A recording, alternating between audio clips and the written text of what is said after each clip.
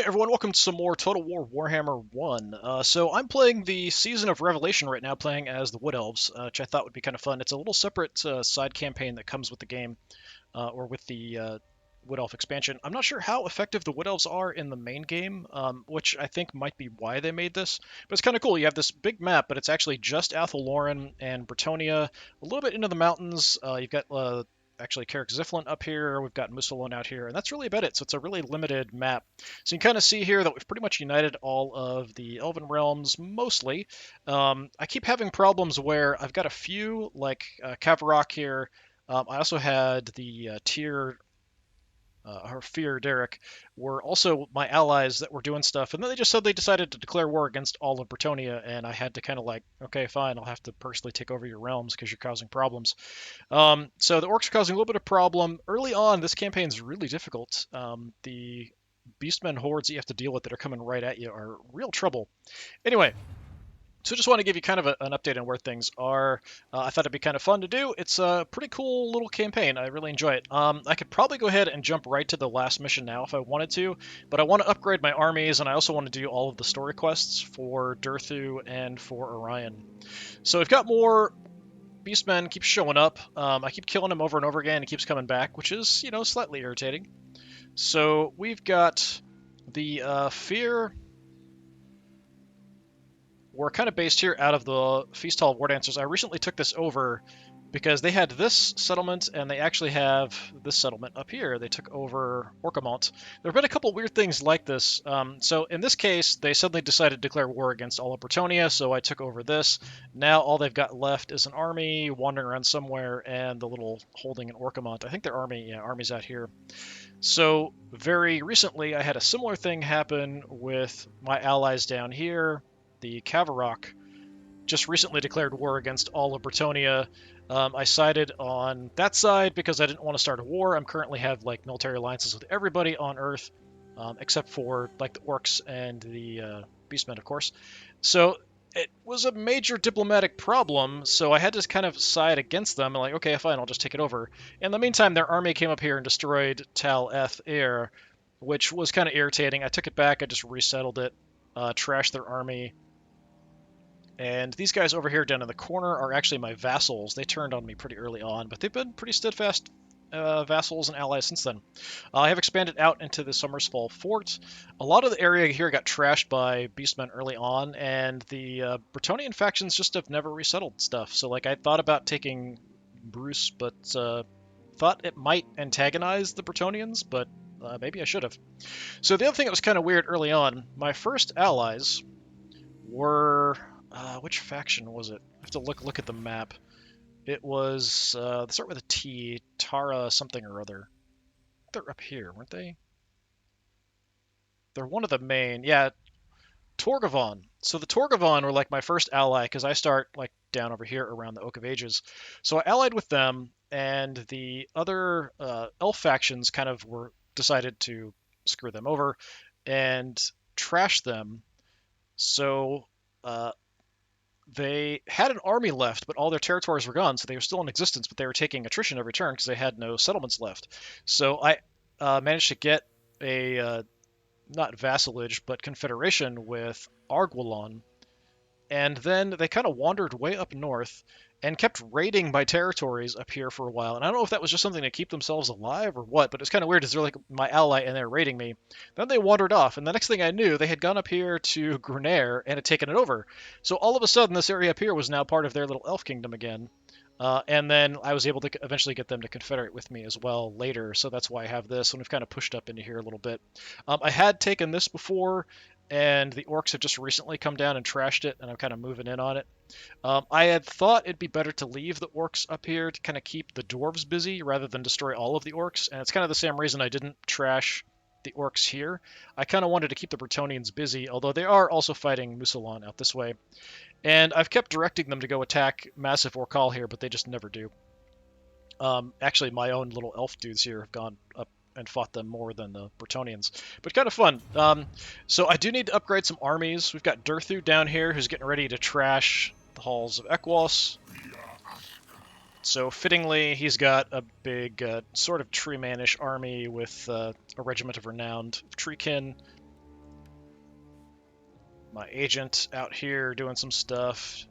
Daith we picked up when I incorporated with one of the other groups. I've just kind of recently been redoing his army, so we've kind of bolstered him a bit.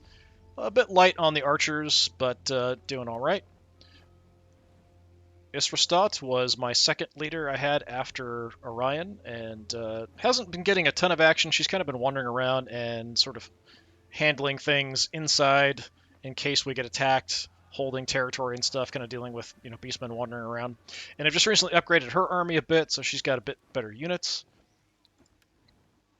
Got my other agent wandering around up there. Orion still has mostly like the original army that he's had the entire game. I just kind of added a bunch of Glade Guard and kind of gone from there. So I do have a magic user in here as well. The thing that I probably will do is swap out a whole bunch of these units for different ones, and some of them I have to change out for some of the quests, but all these guys have a lot of experience because they've been doing so much fighting, and I'm not sure how much of a benefit the experience is having the improved rank. I don't know if it's just a leadership issue or if they do actually get any other stat bonuses and things. But I'll probably swap at least some of them out into other armies. But some of these guys, like the basic Eternal Guard that don't even have shields, I might just get rid of, but I feel bad when they're, pretty decent rank. The guys with the shields can hang out. These guys can hang out. Some of the Glade Guard will probably keep. This guy we can keep, because I at least need Wild Riders for one of the story missions, and then I've got to swap them out for something else for another one. And then I picked up a bunch of dragons, so I'm actually kind of rebuilding this guy's army. I had given him a bunch of garbage, and he had kind of helped out in the fight here to retake Tal Eth. Once I retook it, I went ahead and just got rid of the garbage, and now I'm kind of replacing and rebuilding this army too. So I'm doing a whole bunch of rebuilding. We've got pretty good income coming in, a pretty good reserve of money. One of the issues with the Wood Elves is they're so spread out, and I think that's sort of kind of baked into some of the tech, is that your regions are small enough that you only have one or two settlements, so it's kind of hard to have a kind of region that can build lots of different units. Like, it's going to be good at one or two different things, and that's about it. So if you want to build it for like archers, or you want to build it for war dancers, or you want to build it for something else, it's going to be quite different, whether you want to focus on cavalry or something. And we've got the Oak of Ages all the way leveled up, which is pretty cool. It gives me a lot of bonuses. So at this high level, public order's up, upkeep's down, ranks are up, all kinds of good stuff. But yeah, it's definitely kind of cool. The only issue, it's sometimes hard to tell where I can get around. You can use like the special movement. I can't see it on him because they just moved him, but there's a special movement where you can kind of take the wild paths and things that'll let you jump over rivers and things. But sometimes it's really hard to tell, like, where you can actually move through places because of the rivers and the forests being in the way. So sometimes it takes a lot longer to get places than you think. But if you got this pretty much under control, the Beastmen haven't been too much trouble lately, at least. So I just need to kind of wipe them out as they show up. But the Bretonnians are pretty much all at war with them as well. So I can often kind of direct them to attack them, which is kind of fun. So it's, for up until recently, felt quite nice, like I was the leader of a group of elves, and that I would have all these allies, and when units showed up, like the Beastmen, I could like direct, okay, your army's going to go deal with them, you're going to go deal with them.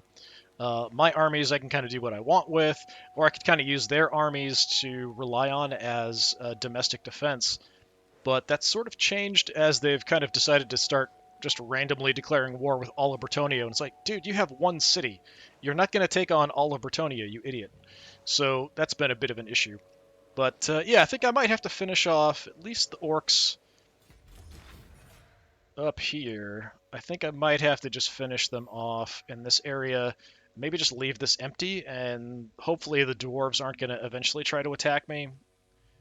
And then I think I'll leave this to sort of keep the Bretonnians distracted. I'm not planning to go attack Mousillon at all. I'm not really planning on going to take out the massive Orcal or really even this little crappy settlement.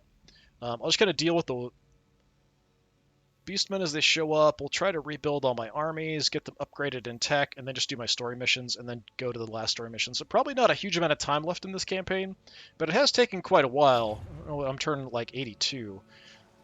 So some of that is that early on, it's just like every turn was a struggle, because having like 3 or 4 like Beastmen armies all around the same time, coming from different directions, trying to destroy the Oak of Ages. was pretty irritating. So you could kind of like, I kept having to fight battles over and over again because if I just auto-resolved it, you were going to lose, guaranteed. And I could like barely win, trash 2 armies, chase 1 or 2 of them down, and then as soon as that's done, and I have to rush back because 2 more armies are coming, and like that kept doing that over and over again early on. But right now, it's going pretty well. Anyway, this is kind of a bit of an update on the special Wood Elf campaign that you get when you get the Wood Elf DLC. Definitely kind of cool. I think it probably makes up for the fact that I would assume the Wood Elves aren't like a major powerhouse in the main game.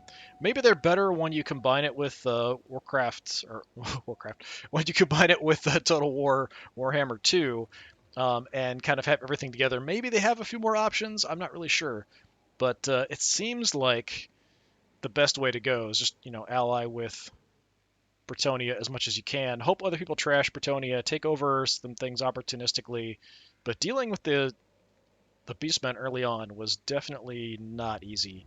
And like here, so I've got these armies close by, but you can't just cross over. So the forest actually is blocking this. It's just hard to tell. So I can't actually just run over and trash this guy. He can't run in and grab me, but he could use the beast pathways thing to jump over here, and I can use my special movement to jump over here, but I can't jump in and attack immediately, but he can't do the same to me either.